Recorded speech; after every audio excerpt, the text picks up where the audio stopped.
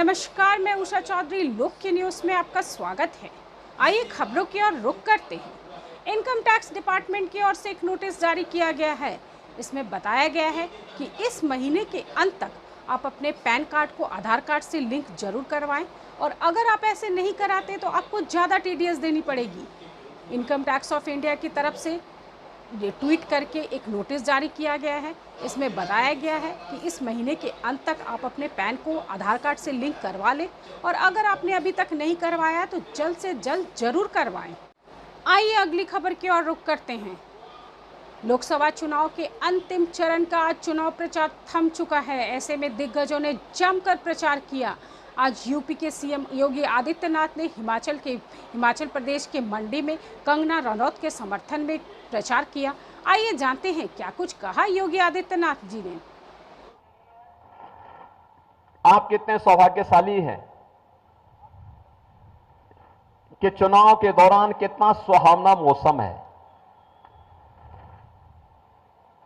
पिछले 3 महीने से हम लोग मैदान में गर्मी से झुलस रहे हैं।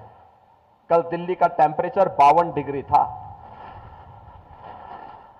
कल गोरखपुर में 48 डिग्री टेम्परेचर था।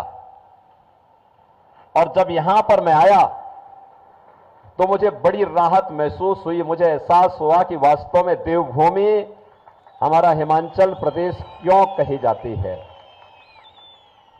यद्यपि मेरा जन्म भी पहाड़ों में ही हुआ है, लेकिन ये तो प्रकृति और परमात्मा का एक संयोग होता है कि हम लोग चलते चलते फिर कहीं और निकलते हुए आज मुझे उत्तर प्रदेश में सेवा का अवसर प्राप्त हुआ है।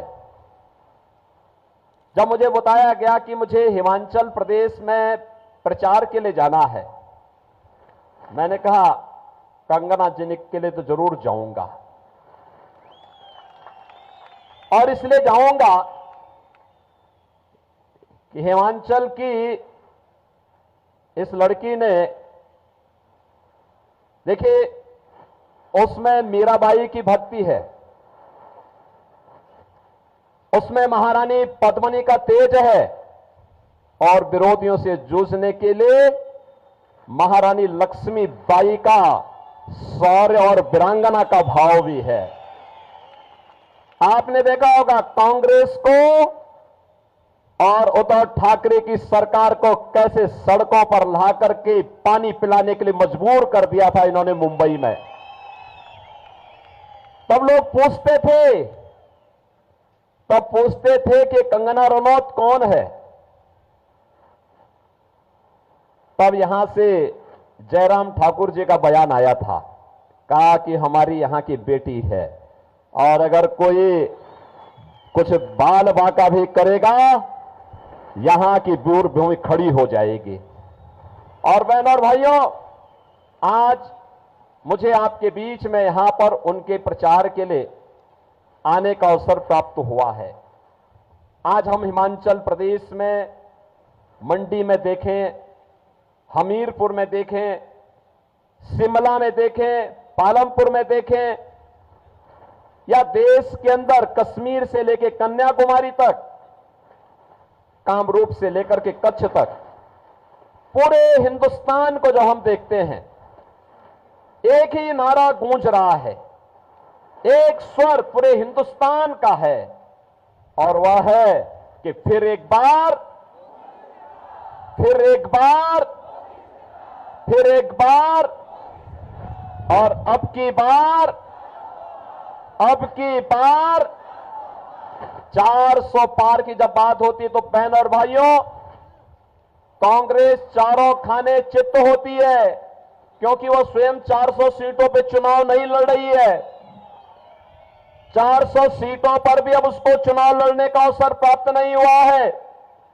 तो जनता जनार्दन से पूछते हैं कि 400 पार कैसे, तो जनता जनार्दन ही कह देती है कि जो राम को लाए हैं हम उनको, जिस तरह से हम उनको देखते हैं टीवी पे, तो मैं भी डरी हुई थी और उन्होंने पता नहीं कैसे कैसे जो है 10-15 मिनट मुझे समझाया कि उनकी और मेरी जो खून है हमारी जो ब्लड लाइन है वो सेम है। सारे डॉनों को खत्म कर दिया। मुझे लगता था ऐसे योगी जी जो है बड़े ही स्ट्रिक्ट होंगे। जब मैं उन्हें पहली बार मिलने गई तो मुझे लगा कि बड़े ही जो हैं वो कठोर होंगे। जिस तरह से हम उनको देखते हैं टीवी पे, तो मैं भी डरी हुई थी। मैंने कहा आज योगी जी से मेरी मीटिंग है और योगी जी जो लगते हैं, ऐसा लगता है कि जैसे कोई भी भावनाओं के लिए जो है शायद उनके पास समय नहीं है। लेकिन आपको जान के खुश होगा कि जैसे ही मैं योगी जी को मिली तो पहली बात उन्होंने आपकी हिमाचल की बेटी के लिए कही कि अरे कंगना, तुम तो मेरी छोटी बहन हो। ऐसा सुनते ही मैं एकदम हैरान हो गई। मैंने कहा ये तो योगी हैं। मैंने सोचा था ये तो बिल्कुल जो है कठोर बात करते होंगे और इंसानी भावनाएं, बहन भाई परिवार जो है इनके लिए शायद कोई मूल्य नहीं रखता होगा। लेकिन ये इन्होंने कैसी बड़ी ही एक भावनात्मक बात मुझे बोल दी तो मैं भी एकदम जो है भावुक हो गई। तो उन्होंने कहा तुम जानती हो कि तुम मेरी बहन हो कि तुम नहीं जानती? तो मैंने कहा योगी जी, आपने बड़े ही प्रिय वचन जो बोले हैं, अब आप ही बताइए कि मैं इसके बारे में क्या कहूं। तो उन्होंने कहा देखो, तुम एक क्षत्रिय हो। और उन्होंने पता नहीं कैसे कैसे जो है 10-15 मिनट मुझे समझाया कि उनकी और मेरी जो खून है, हमारी जो ब्लड लाइन है वो सेम है।